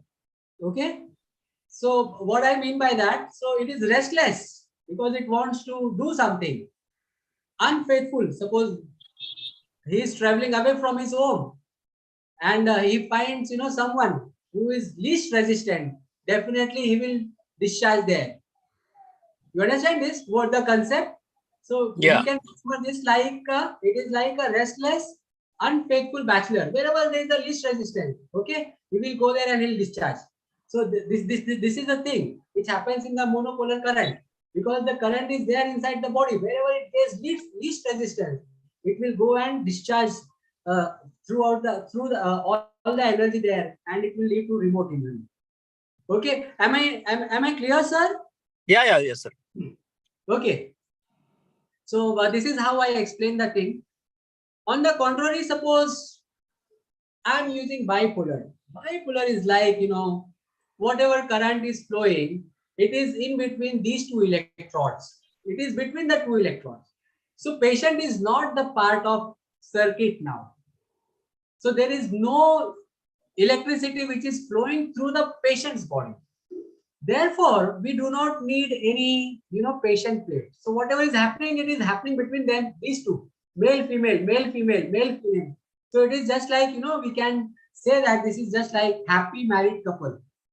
Okay. It is happy married, whatever is happening, it is between two. Whenever this goes, this also goes. This goes, this also goes. So whatever is happening, it is between the two and the surrounding is not affected. Okay. So this is how bipolar works. So energy is passed through the active electrode and this passes through the passive electrode in between the tissue. Okay. And between these two jaws, the heat is generated and that is responsible for your coagulation or cutting effect. Why cutting? I am saying over here, as I told you, actually bipolar is not meant for cutting. But nowadays there are, some instrument in the market which they say that it's a bipolar and they are cutting. So this is one of the property that if the frequency is more than 1 megahertz, bipolar cuts. So this is the thing which has to be remembered. So in normal generator, the same vessel sealer will not work. It will just coagulate, just like any other bipolar. But if the frequency is high and you are using that high frequency in between the jaw of the bipolar, it will give the cutting effect. Okay, so this is how bipolar cuts at the frequency which is above the 1 megahertz. So I hope this is clear. The current run between the two electrodes. Okay, OT table insulation is not required. Patient plate is not required. Cannot be used. The only thing is that it cannot be used in the fluid environment. That is the only drawback. But nowadays, there is an advancement where the bipolar can also use in a liquid environment also. Like we use, some sort of your resectoscope and all, where there are bipolar now. They cut also along with the coagulation. The good point of bipolar is that the heat generation is more, so it can seal up to 7 millimeter size of the vessel, and there is no risk of remote injury because here the current is not like it is not freely flowing. So current is just between, it is very much regulated in a precise way. It flows between the two electrodes and there is no risk of remote injury. But the only thing is, suppose husband and wife, they are always together. What will happen? Sometimes, there are fighting between these two. This always happens in between the husband and wife. That is collateral thermal damage. So that is the only problem with the husband and wife. Okay. So actually they are faithful. They are happily married couple. But the only thing is when they are, when they are for longer duration together, most of the time what happens? There is a fighting and the collateral thermal damage happens. Okay. So this is the only thing which is the drawback of the bipolar. But now here the question is that now you say that, sir, monopolar does not do much of the thermal damage and bipolar does more of the thermal damage. But we are using this since so long and it is not doing, any sort of collateral thermal damage. How it is possible? So this is an incomplete sentence that in bipolar there is a more of collateral thermal damage. The sentence has to be when we compare this with the monopolar. Like suppose if I am applying monopolar for 5 seconds and I'm applying bipolar for the 5 seconds. In the given period of time, the collateral thermal damage is more in the bipolar than monopolar. Am I clear, sir? Yeah, sir. Yeah, clear. Okay. Otherwise, there will be a misconception that people will, either they will stop using the bipolar or they will stop listening me. So this is also a drawback. Okay, so we'll come to the next collateral. What is the collateral thermal damage? I have just tried to explain you this. That suppose there is a candle and you want to, take your metallic instrument in the flame of the candle. What will happen? Initially, only the tip will get, some sort of heated up. But slowly, when you increase the duration, what will happen? This heat through the conduction convection, what will happen? It will spread, and sooner you will feel the heat in your hand also. Though you are aware, you are not in direct contact with this flame, but still you will feel that heat. So this is called as a thermal spread of the current. Okay, so what is the disadvantage of this? most of the time, suppose if you are doing, suppose you want to do some sort of salpingostomy, and or suppose if you are doing some surgery where the vessel is nearby, and you are applying the current here, and you are applying for the longer duration, what will happen? The thermal damage will be there to the ovarian also, ovarian supply also, and the ovary will be hampered because the blood supply will cut down because of this thermal damage. Or sometimes, suppose if I'm working near the cystic duct, and my heat goes to the common bile duct, then again there will be bladder or gallbladder CBD coagulation and stenosis, or there can be damage to the bladder. In the same way, current may jump, or heat may travel to the longer duration, longer distance, and give rise to unwanted effect. Or there can be a bowel perforation when we are using the same thing for the longer duration. You have seen these are in day-to-day life. Suppose if you are working in a nearer place, which is a nearer tissue, which is very much vulnerable to the heat, and you are applying for the longer duration, what will happen? This thermal damage happens to even these vulnerable tissues also. So this is very commonly seen. So we have to avoid this. How we can avoid this? As I told you, whenever you are pressing the pedal, it has to be for a very precise duration, and just see the effect of the tissue through your vision, where it is going. You'll recognize where the heat is going, and there will be blanching effect. So or the change in the tissue color. Okay, so thermal damage can be noticed with the help of the how high the temperature of the device is, amount of the time which is applied, the thermal masses of the devices. Like if it is bulky this thing device, the heat will be more. If it is sharp, then the heat produced will be less, and the thermal conductivity of the tissue. Now at this point, I would like to ask, how will you prevent the collateral thermal damage? Shrinder sir, can you answer this question? This is very simple question. You can answer, sir, if you want to use the bipolar for the desired tissue effect, you can apply for not more than 1 or 2 seconds. Correct. Correct. So if you reduce the duration, yes, Yeah. yes, sir, you are absolutely right. That means you understand what I'm saying. Most of the time, Yes. I feel like I'm just giving talking, and people are getting bored, and nothing is going in the head. So thank you, sir, for giving your feedback, and you're right. So what we can do, we should always avoid the close proximity with the vulnerable tissue. Like suppose if the bowel or anything is there, intestine is there, just try to manipulate your tissue away from the bowel or anything, and then the shorter activation time, as you rightly said, sir, and then there will be suppose if the vulnerable tissue is there and you want to achieve the hemostasis, instead of applying the current for the longer duration, you can take another method like suturing or clipping the things, rather than applying the high energy in that vicinity. Sir, we have discussed this also, that the underwater current, because here there is a water as a medium, so definitely you are going to use more power. The power setting has to be in between 150 to 200 watts. But the only thing is that when you are using that power, the drawback is that you may get again it is just like monopolar, sir. We are talking about the monopolar. So what you can get the high density current at the site of the patient plate, and you may get burn at the patient plate site. Okay, so there has to be less current, and that can be achieved with the help of these injuries can be achieved with the help of using, instead of monopolar, you can go for the bipolar, where you can use normal saline, and the energy which is used in this place is in between the jaw of the two electrodes, and there is no collateral thermal damage, and patient plate obviously it is not required.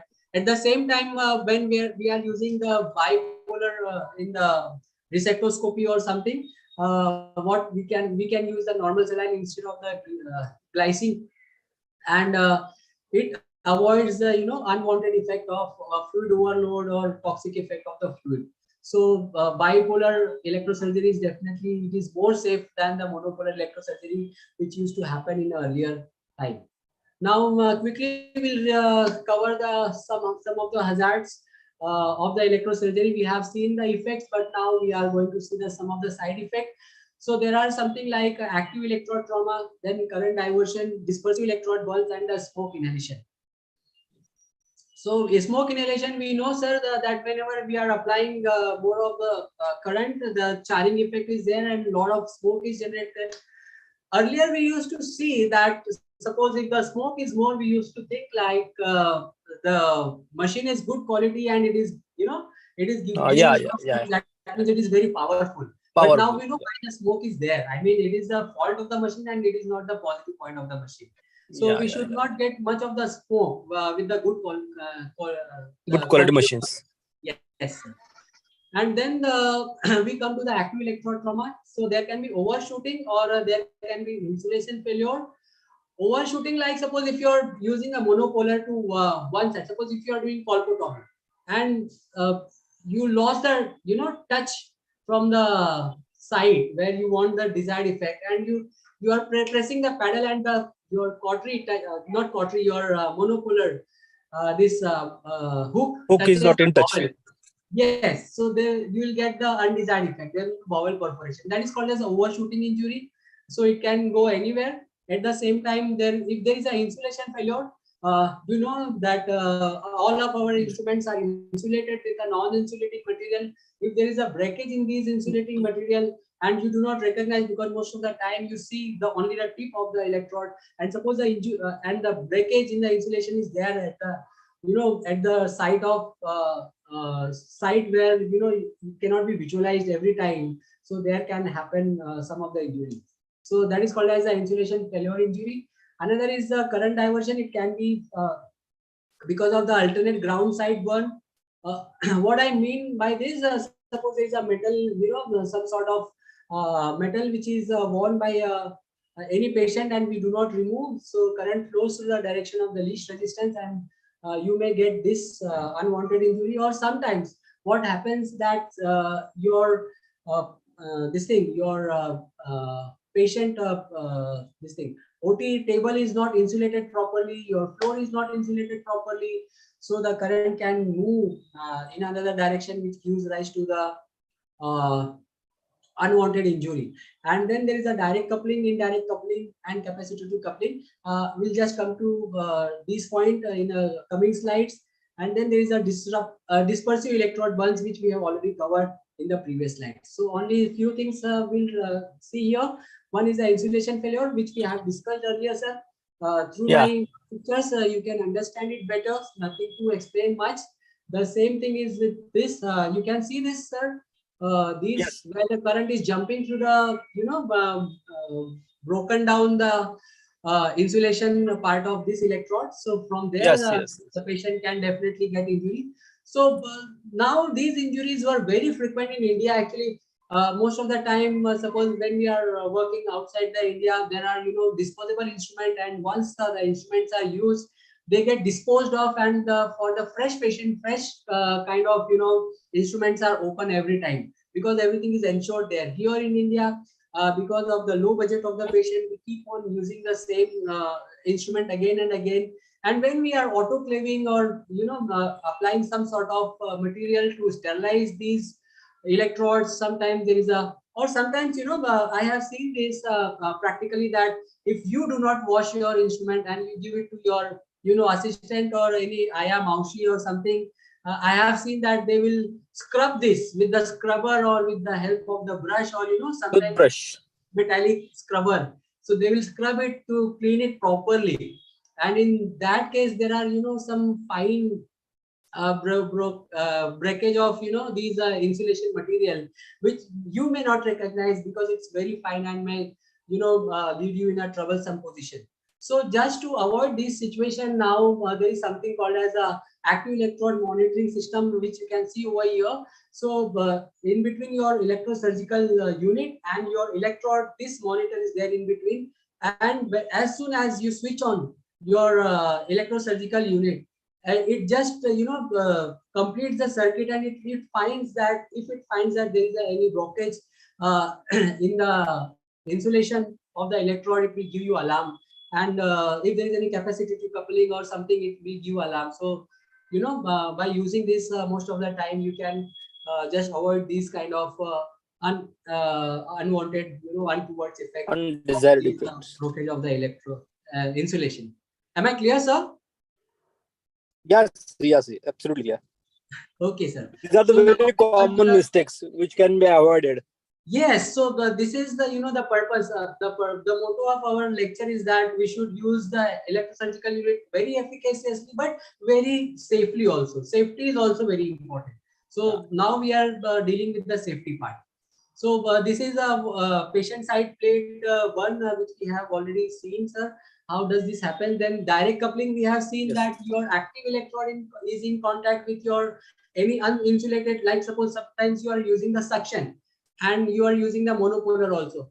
And the tissues are nearby where you want to suck and you want to coagulate also. I have seen this practice, and I have seen this that most of the time these active electrodes come in contact with uninsulated, either your telescope or sometimes with the grasper or sometimes with your suction. And when this uninsulated grasper or suction is in contact with any vulnerable tissue, there is a thermal damage which happens. So this is called as the direct coupling.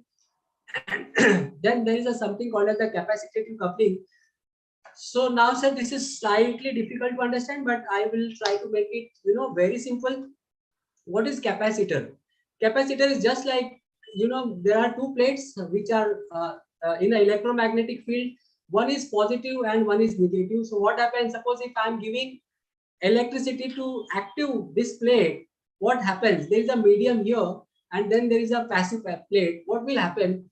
The electricity or electromagnetic field which is generated over here, it tries to go to this plate, and the electromagnetic field which is produced in between these two gives rise to a current that is called as electromagnetic current. Okay, so how it is important in our practice? What happens? Suppose you are using an active electrode here over a metal cannula. Now what will happen? This active electrode is charged. Okay, so it will keep on it will keep on supplying some of the electrical charges.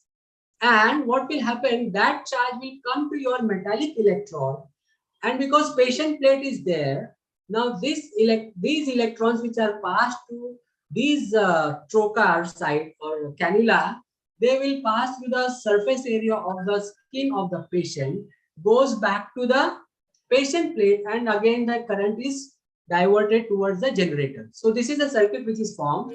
That means through the generator, the current comes into the active electrode. Here there will be formation of electromagnetic field. Through this, the energy is delivered to your cannula. Cannula is metallic and it is in contact with the skin surface or fat or muscle of the patient. So this electromagnetic field or current which is there in the cannula will disperse into the larger surface area of the patient. Okay, so whatever energy was coming in the active electrode, that is dispersed to the cannula to the patient, and through the patient what will happen? This current is taken back and it is supplied to the electrosurgical unit. So this is how the normally it functions. But suppose there is a condition where you are using a plastic cannula. So what happens? Now this is an active electrode. Active electrode has a charge. Now it will give rise to some sort of electromagnetic field. But earlier, because the metal is a good conductor of electricity, all the charges which were produced were dispersed into the skin via this metal. But here, because it is a plastic, these charges will not get dispersed into the skin or fat of or body of the patient. So what will happen? This charge will be accumulated in between these lumen. Sir, do you understand what I'm saying? Yeah, sir. Okay, so now there is no passage of these charges to the, it is not getting any sort of way to go to the generator. So they will be accumulated inside these In in the narrow lumen of your plastic cannula. And Yes. whenever it finds some substitute, least resistance, any tissue which comes in between this, there will be, these charges will get dispersed. This will get dispersed into that tissue, okay? And there will be untoward effect. Yes. So this is what I mean to say capacitive coupling. You can see, sir, my diagram. So there is a first conductor, second conductor, okay? And I Yes. hope I have explained it to in a simpler way. Otherwise, if you read Yes, this, yes, you will get confused. Okay, sir. So what is the moral of Yes, the sir. story? Whenever you are using anything, either it has to be pure plastic, that means everything has to be pure plastic, or it has to be pure metal. It should not be hybrid. That means suppose if you are using any plastic cannula and then you are using metallic reducer. Again, this is a bad combination.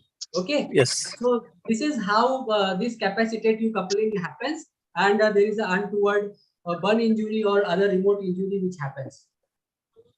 Patient Yes, side phase 1, sir, I have already explained.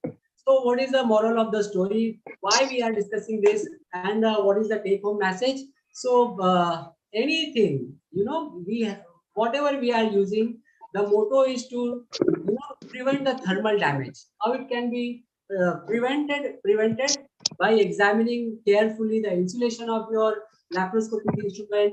Okay, by use of the low voltage current.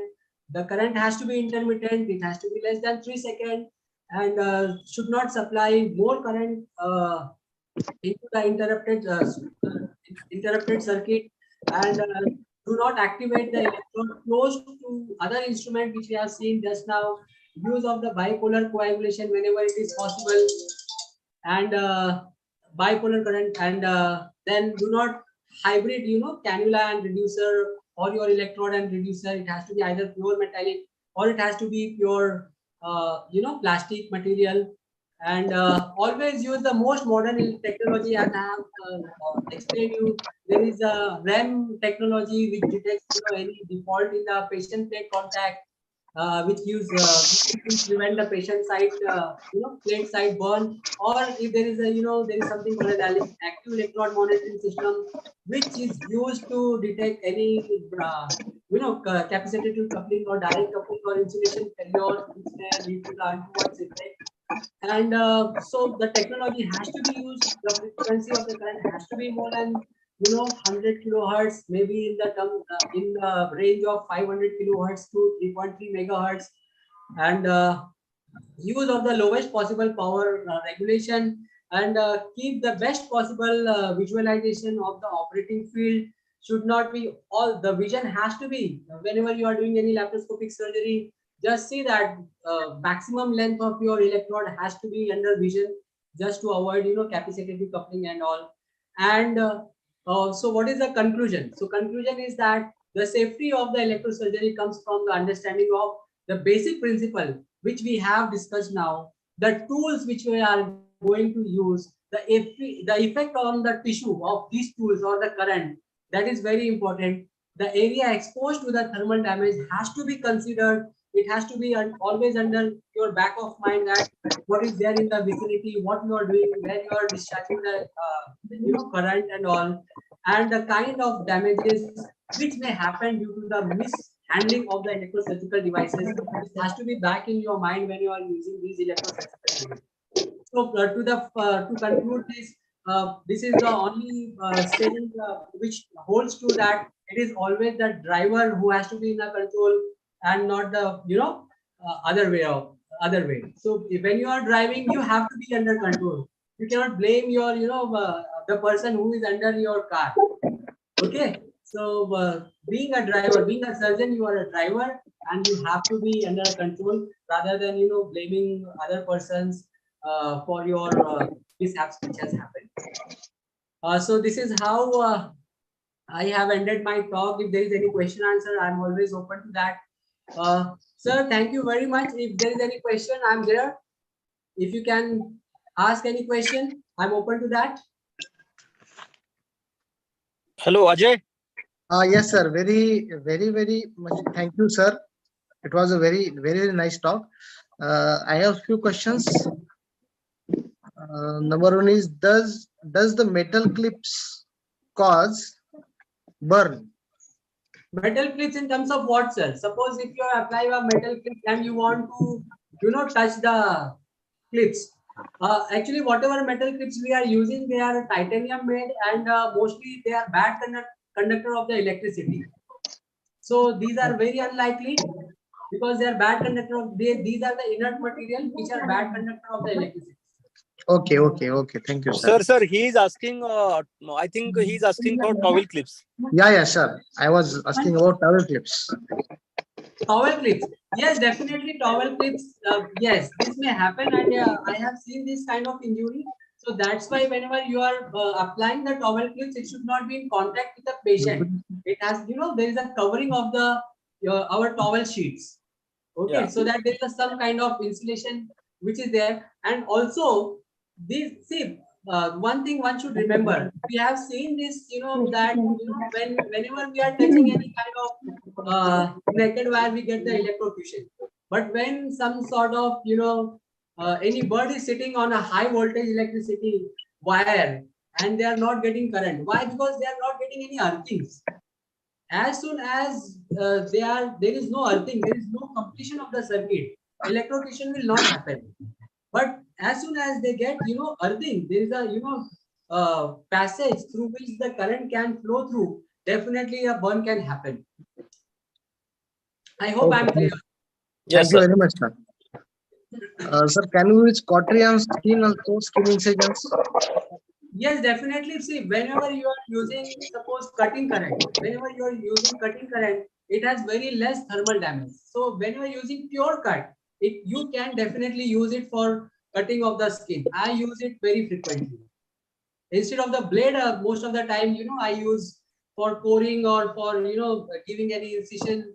I may use a pure cut current for skin also, and there is no problem in that. But Okay, you should sir. not use coagulation current. This is very important. This is what Pure- I'm saying. If you are pure using cut current. coagulation current for cutting the skin, definitely a lot of thermal damage will happen and the tissue will not get approximated. Yeah, Okay? yeah. Another thing, thank you, sir. What is open circuitry, or sometimes we find glow burn? So how to avoid it? Sorry, sir. Can you come again? What is circuitry, open circuitry, or they sometimes we find glow burn during the surgery. So how to avoid it? Okay, so as I told you, sir, initially when I asked one question and you said, sir, that whenever you want to coagulate, you have to be, before touching the tissue, you will activate the paddle. Okay, sir. So whenever you are trying to coagulate anything, or whenever you are trying to, use this electrosurgery, this has to be in contact with the tissue so that the circuit is closed. It should not be away, because when the current density is more, it will jump anywhere, and then definitely you are going to get the inadvertent effect. Yeah. Okay, sir. Thank you. Yeah. Any other questions, Chinda sir? No, sir. Thank you. You have explained quite in a simplified manner. And Sir, today really we had a good session, but I think some of the points, just like hysteroscopy or thermal ablation, endometrial ablation, or these points are remain. So I think we have to conduct another session of Dr. Brijendra Singh, sir. Definitely, sir. Actually, when I was preparing the slide, I knew that this is going to take more than 2 hours. And by the time I finish my talk, most of the people will run away, or they will go into the hibernation. So I just wanted to keep it short and sweet, so that I just can deliver the basic principle and keep the talk shorter and convey the message in a no, but really, sir, you delivered all the things and all the concept very clearly. So there is thank you, less. sir. There is no doubt about that, and I think it was one of the great lecture we have. Yeah, sure. Sir, I would like to take, if you allow me, there are something which is is still remaining, like laser is remaining, which is used nowadays in surgical procedures. Your ligashore is remaining, harmonics are remaining. These are the instruments which are used in day-to-day life nowadays.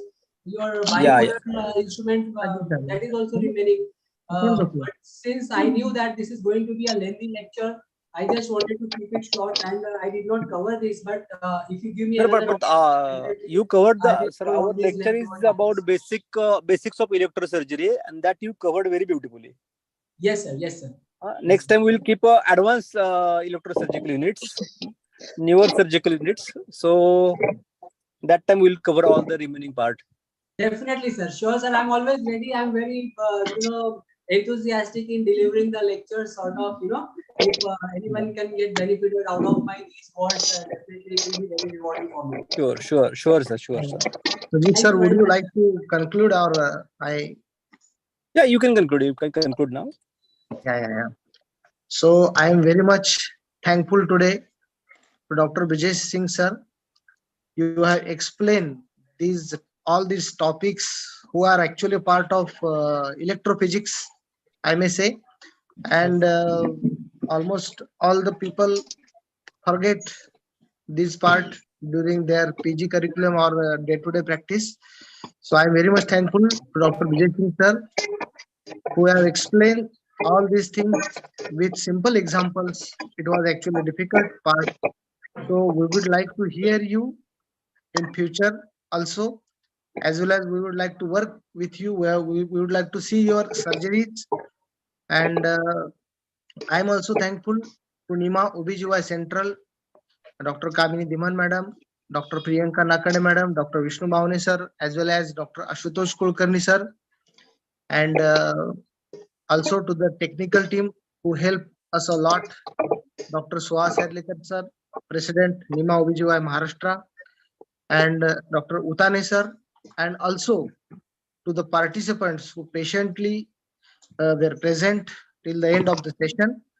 And thank you again. Thank you, sir. Thank you very much. And even I would like to thank all these, NIMA members and all the active participants. I'm very happy that NIMA OBGY is at the next level. And whatever I see, the kind of work they are doing, I'm very happy that in our field something is happening at that level. So definitely, I'm looking forward for more such webinars and all. And definitely, if I'm given more opportunity, definitely I can deliver more lecture related to the any kind of surgery. Whatever you like, I have a passion of teaching, so definitely I would like to indulge in these kind of activities, and looking forward for your Shushruti, and my best wishes for Shushruti. Sir, you are invited. You are invited for Shushruti, sir. Definitely, I'll be there. I'll try my best, and I'll be there. I just want to, I want to be part of the Shushruti, and I'm from my heart. I'm there always with NIMA OBGY. Thank you all so much. Yes. Thank you. Thank you, sir. Thank you. Yeah. Bye. Bye bye.